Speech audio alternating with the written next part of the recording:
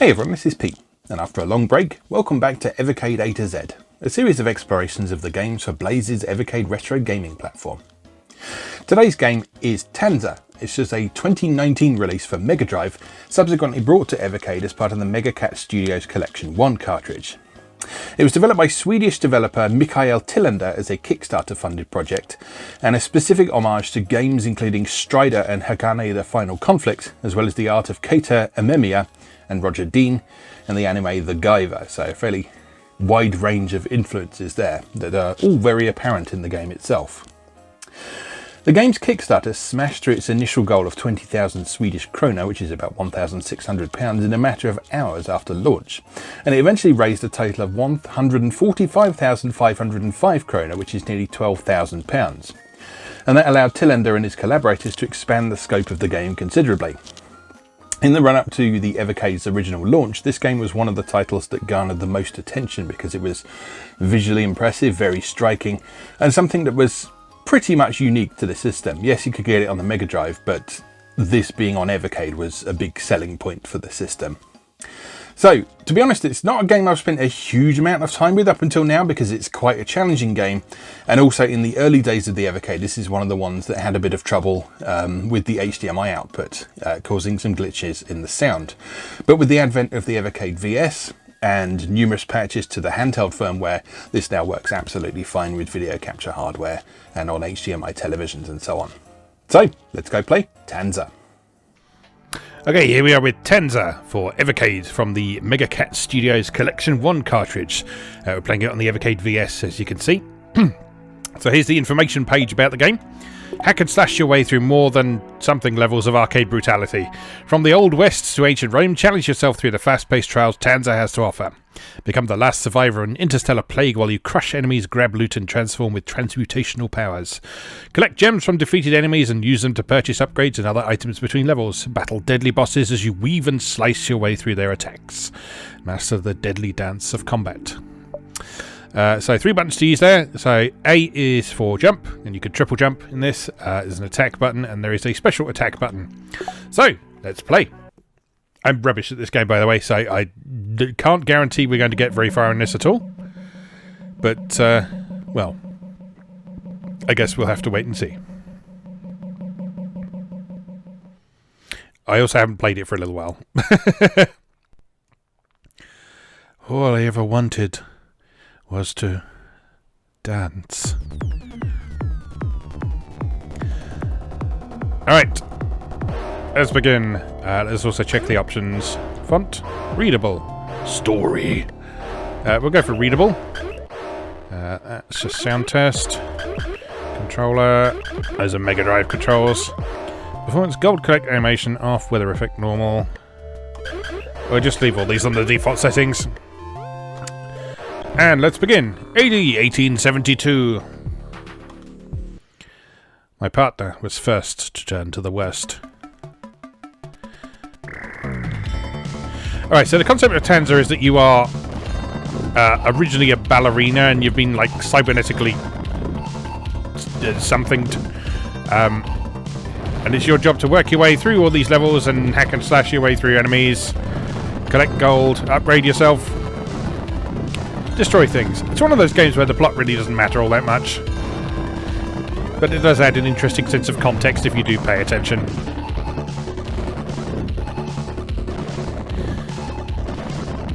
As you can see, the influences from Strider in particular should be readily apparent with the way that basic attack works.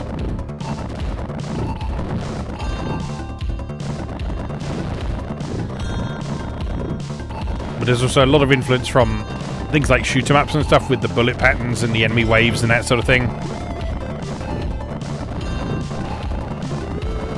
Whoops. Taking a hit.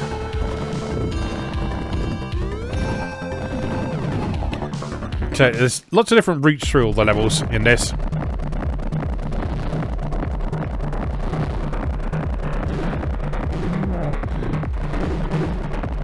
And progressing through the stage tends to be a case of making choices as to which way you want to go. So you see we've got a choice of routes here. Let's go this way.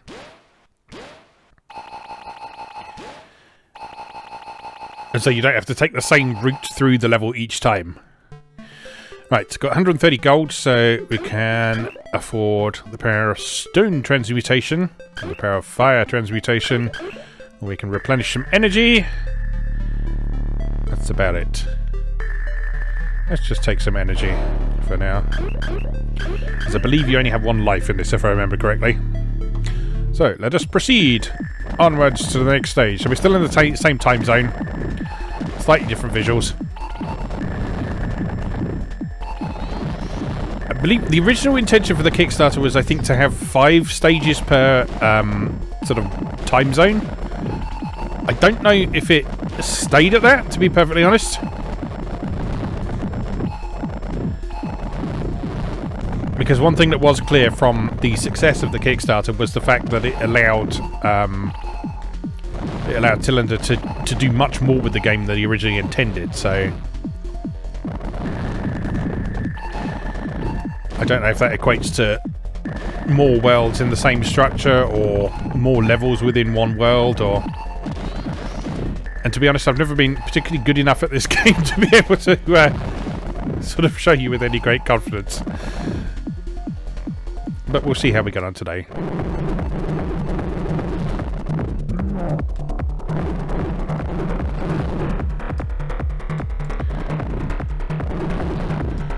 Can we kill those things? No, we cannot.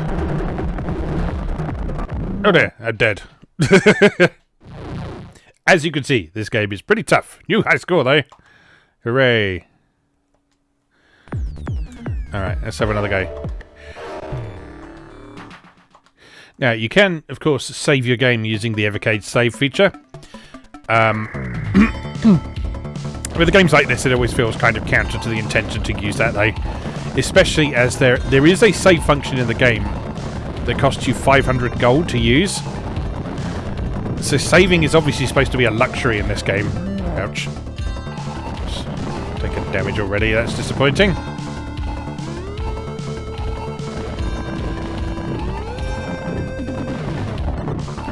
But at the same time, this is a very difficult game, so I would not blame anyone for making judicious use of save states.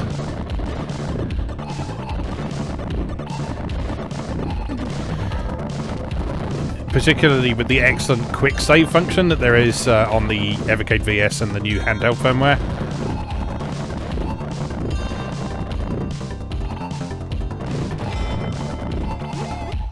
Gold, gold, gold, gold, gold. He loves only gold. Alright, let's go the other way.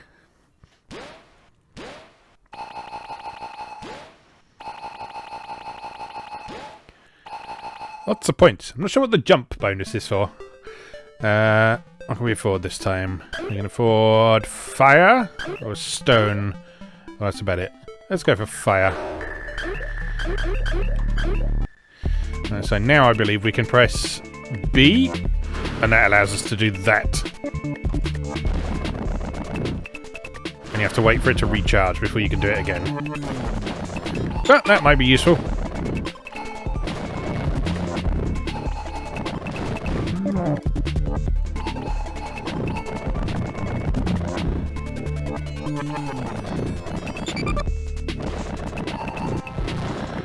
I think the thing with this game is, although it's very tempting to want to rush through the stages, while you're learning them, it actually pays to take your time a bit.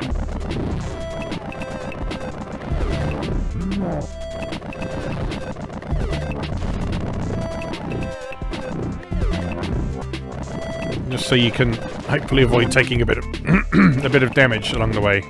Leap.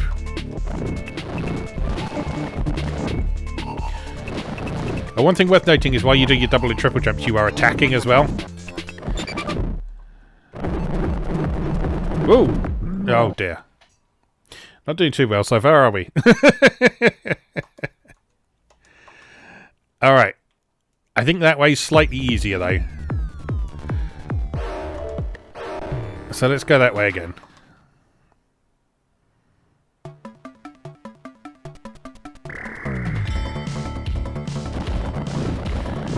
Hopefully you can already see why this was considered to be a highlight of the Evercade launch lineup, is because Bear in mind, this is basically a Mega Drive game. But it's graphically... Oh, damn it. It's graphically beautiful. It's got an amazing soundtrack. It's really playable. And there are a lot of levels in it as well, as far as I am aware.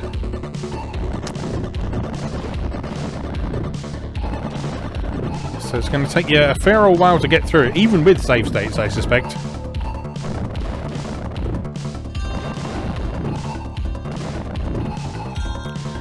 But it's sort of obvious arcade inspirations make me feel like the intent behind it is to be a game that you sort of gradually learn and improve as you play, rather than try and brute force your way through. That might just be me. But I like playing games like this in that style anyway, so... Alright, let's take the fire again, because I think that would be useful.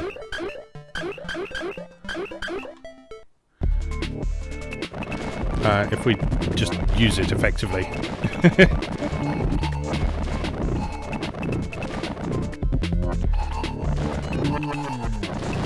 The key thing this time around is just not to panic when we get to the boss.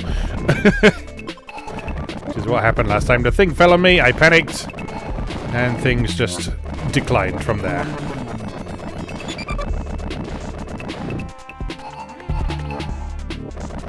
Right, this thing was pretty unpleasant as well. Avoid the bullets. All about spotting those patterns. Don't know what these things do. You can destroy them, but I don't really know what they do.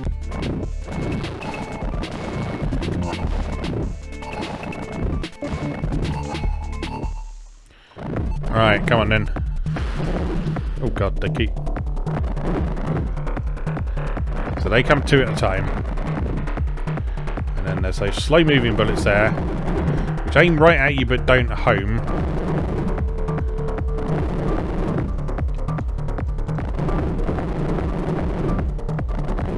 So it's just all about finding a good opening. There we go, done!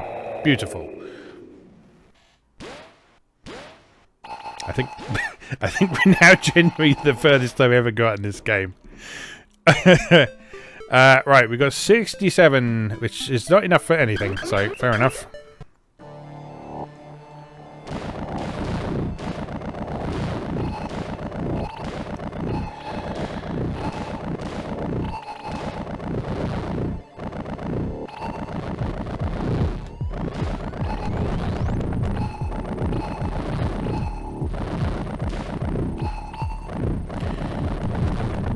I really like the music in this for just combining elements of sort of chiptune and techno. It's a really nice blend that fits nicely with the overall feel for the Mega Drive, or a feel I associate with Mega Drive games.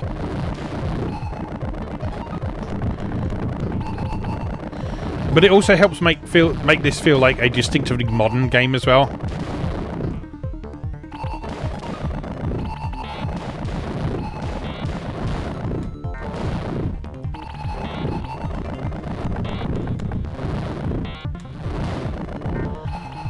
Taking it easy is definitely paying dividends at the moment.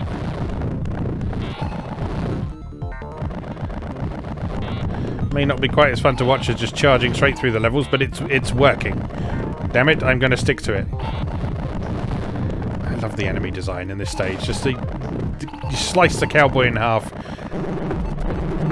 Oh god.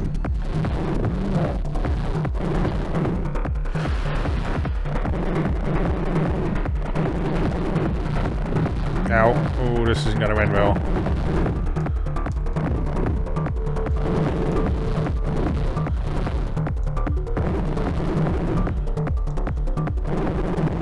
Oh, we're good. We are now definitely the furthest I've ever got in this game.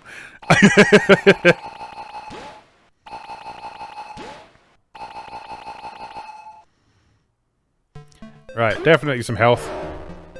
Can't afford any more. If I buy that, is that going to replace my fire transmutation? I think it probably will, won't it? Because I don't think there's like a select button. Let's save our gold for now.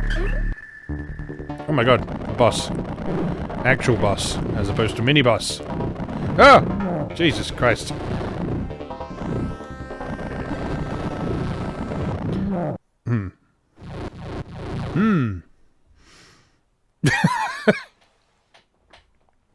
Well, new high score. Again. I've got a newfound confidence with this game now. This is exciting.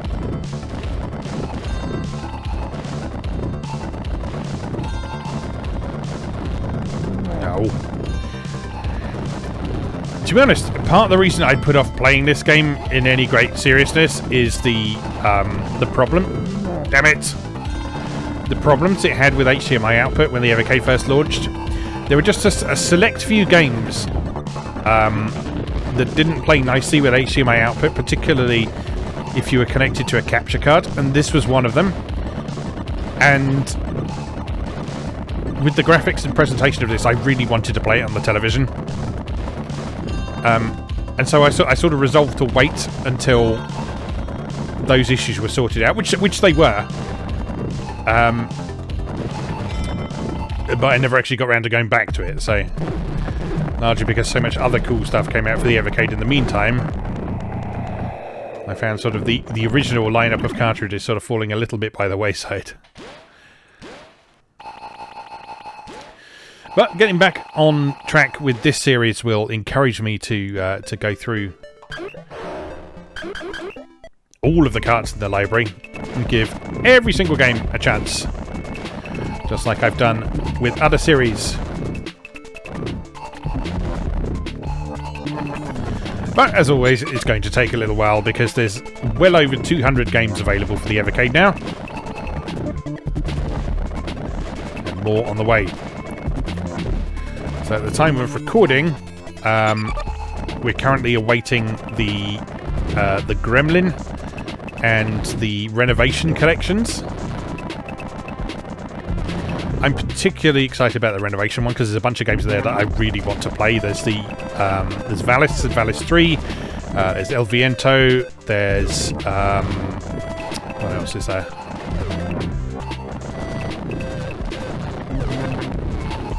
I can't remember the name of some of the other ones, but there's definitely some really excellent games in that I cannot wait to play properly and own a legit copy of.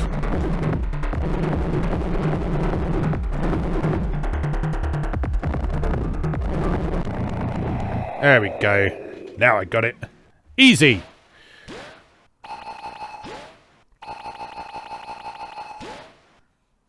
You mean no jump bonus? I jumped! I don't have any money. Fair enough.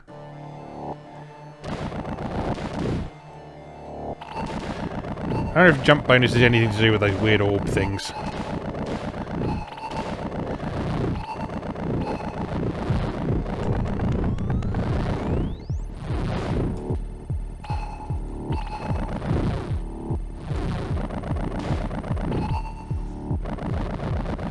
Like these things. Because I don't know what they're for. But you seem to destroy them by jumping through them, so... Die, robot cowboy.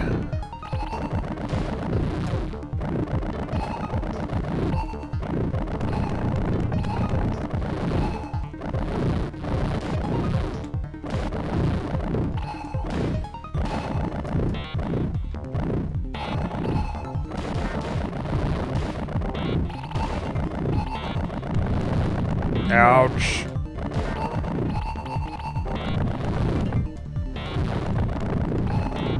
Really got to make a point of avoiding getting hit as much as possible. Because ideally, presumably, you want to spend... No! That was stupid. That was my own fault. You want to make a point of spending your gold on those upgrades rather than just restoring your health all the time. But, well, anyway. Alright, again!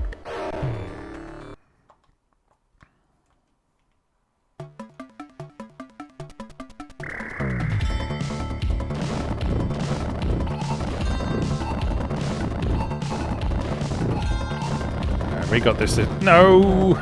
We don't got this.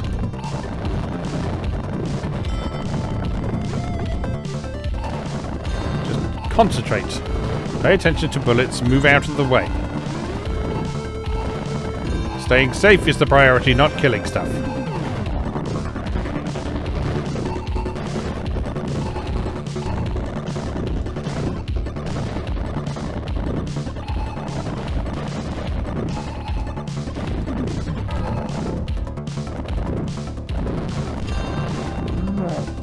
Damn it.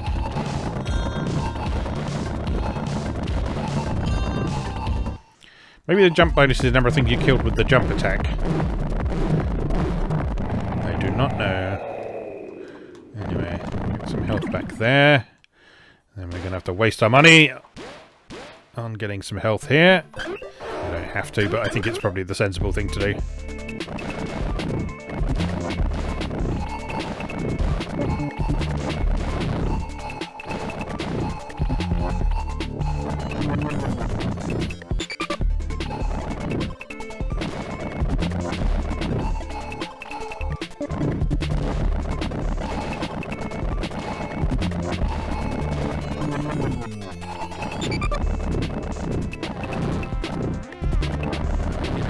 Avoid the bullets. Avoid the bullets. Kill the thing. Nicely done. Jump through the thing. Big leap across the thing. No. Oh, it didn't take any damage. I don't think colliding with enemies actually does any damage to you. It's only getting hit by bullets, as in things that are flashing.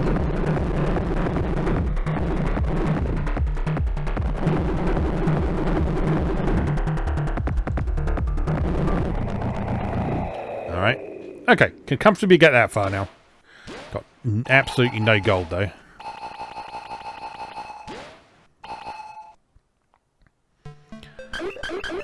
Onward! Right, this one shouldn't be difficult. Just avoid the bullets. Grab the gold. Take it easy.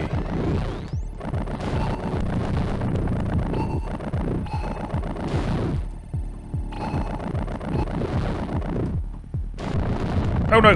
Jump right into that one.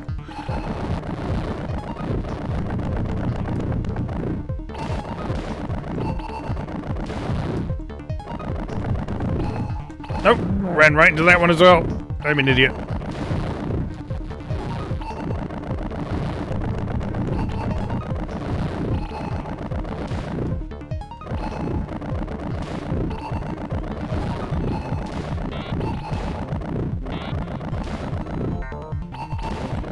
Lots of gold, at least.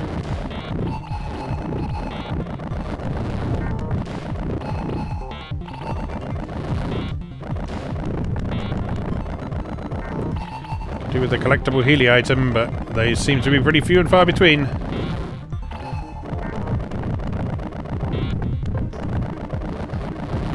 Whoop. Carefully. Oh, health. Big squid time. Right, so you do that 3 times, and then you do your other attack.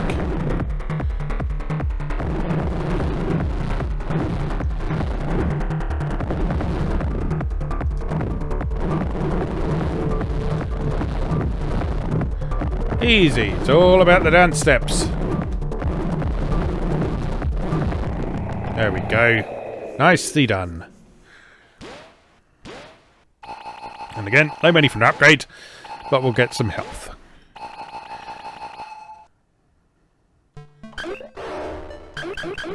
Right. Was it the boss next? Yes. Right, so when his gob opens, that's when he does the big fireball. We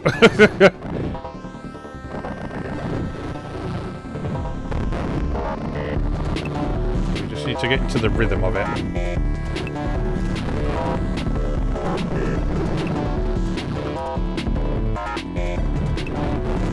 Okay, I can do this.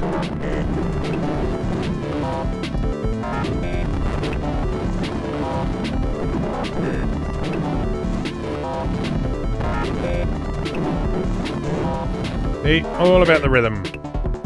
And up. Oh, hello. Oh no. Oh no.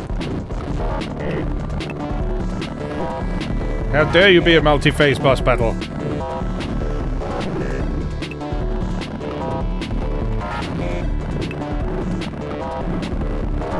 Still a reasonably straightforward pattern at least. Any more? Gonna do anything different?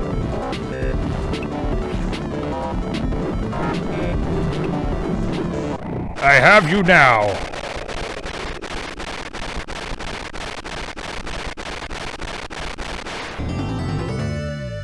Definitely the furthest I've ever got in Tanzer. Oh, we have a choice. Let's just go left. 123. Heal. 45 BC. The virus was wild, like a demon child. I guess we're in ancient Rome now, I think.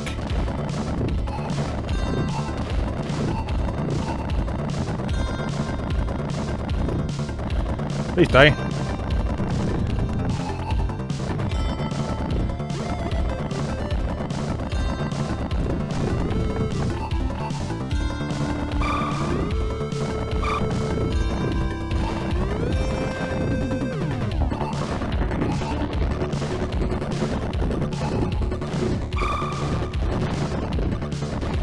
A lot more intense now. Not that it wasn't intense already.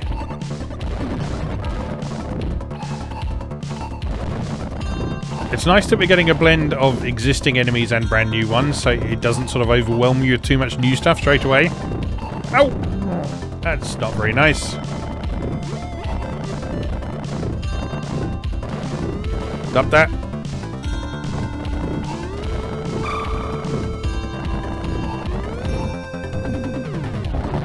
God, the sense of agility you have in this game is really something else. Because the controls are so responsive, fluid.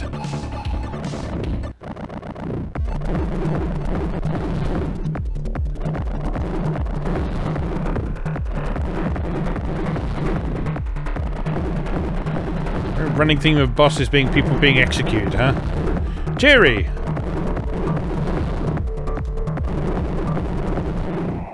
I release you from your pain and suffering. And you explode. And I don't have enough money to buy health.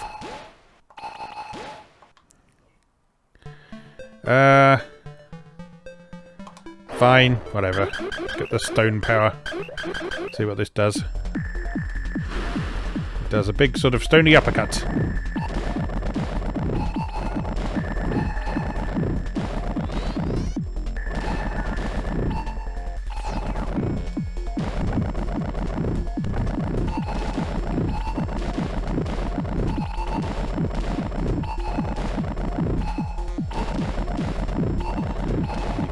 Those falling pillars, evidently.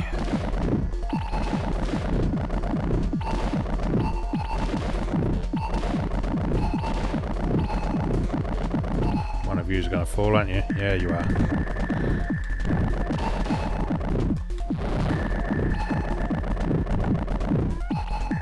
Oh, I can go down there. Except I can't, because I've already gone this way. Well, guess we're going this way then.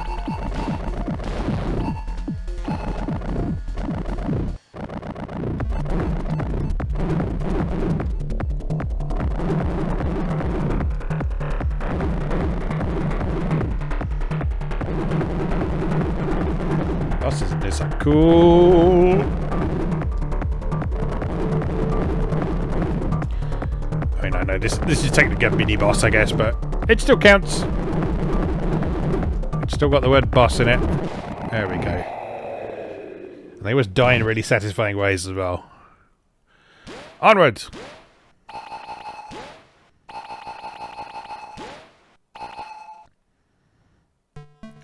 Right. Can't afford anything. Cool. Cool.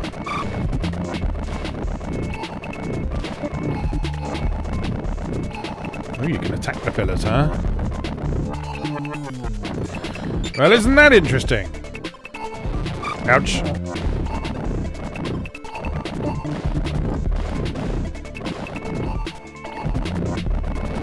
What the hell are you? Dead is what you are. Oh no! Whew. Well then, new high score. And officially the furthest I've ever got in Tanzer. Yeah, so I think we'll leave that there for now, because as tempting as it is to play it again, I don't want to keep showing you the same levels over and over again. But yeah, hopefully that's given you a good idea of why this game is so cool, and why it was such an anticipated part of the Evercade's initial launch lineup. And now that I've seen that it runs very nicely on the VS, I'm going to be spending a little bit more time with that, I think, because that's a lot of fun. That is a lot of satisfying arcade-style fun. So yeah, enjoy that. Enjoy that. And as I say, it's also available for Mega Drive if you don't have an Evercade. But if you don't have an Evercade, why not? Because it's great. Anyway, we'll leave that there for now. As always, thank you very much for watching, and I'll see you again next time.